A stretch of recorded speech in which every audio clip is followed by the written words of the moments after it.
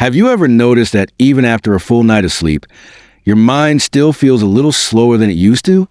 That familiar morning fog, the extra moment it takes to gather your thoughts, the sense that your energy doesn't quite return the way it once did, even when you're doing everything right. Most people are quick to blame age, stress, or sleep habits.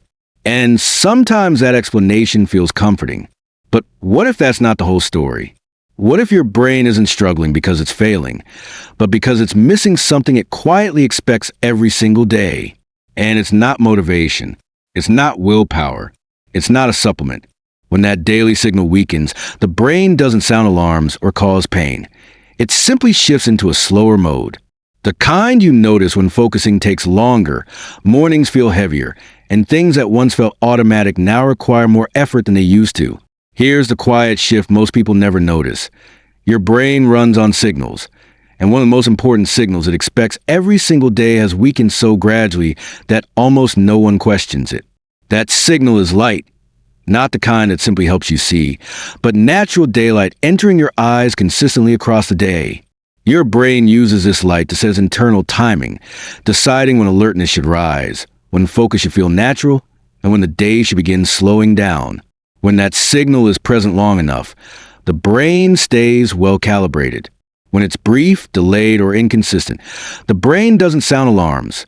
It adjusts. And those adjustments are easy to overlook. Timing becomes slightly less reliable. Energy no longer builds and fades the way it used to. The mind starts operating with softer edges. This isn't because something is failing.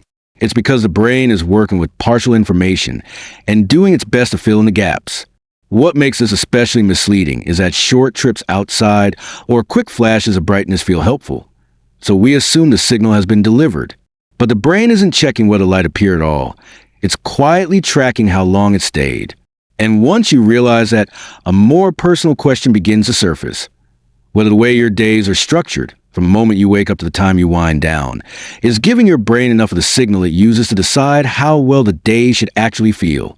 You can do everything you're told is healthy and still miss what your brain is actually responding to. A typical modern day often begins before sunrise, moves quickly from one indoor space to another, and passes under artificial lighting that never really changes. Hours go by indoors, sometimes even near windows or bright lights, but the brain doesn't experience that as a full day of daylight. To it, the morning arrives late.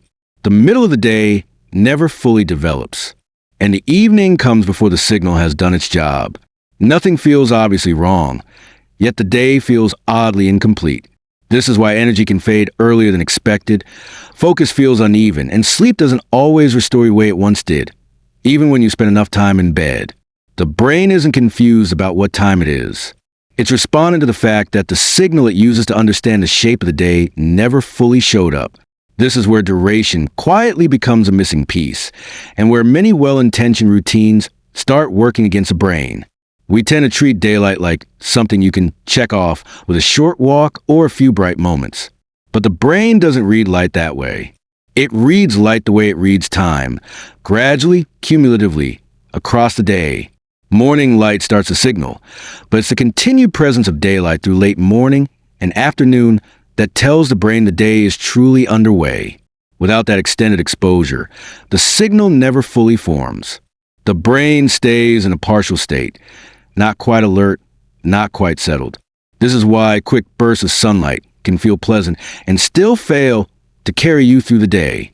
The brain isn't looking for intensity alone. It's looking for continuity. And once you see that, a quiet realization follows.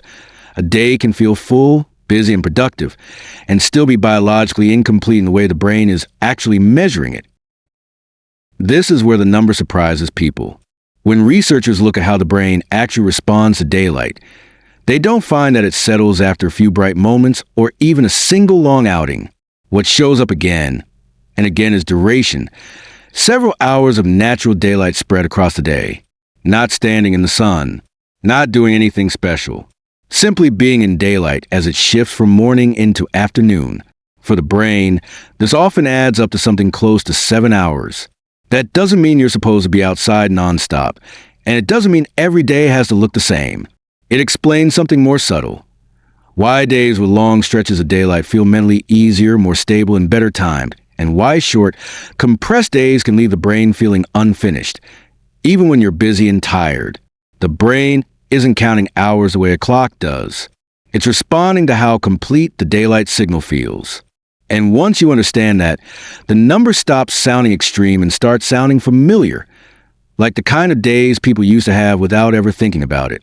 This is also why artificial light, no matter how bright or convenient, doesn't fully register the same way. Indoor lighting helps us function, but the brain reads it differently.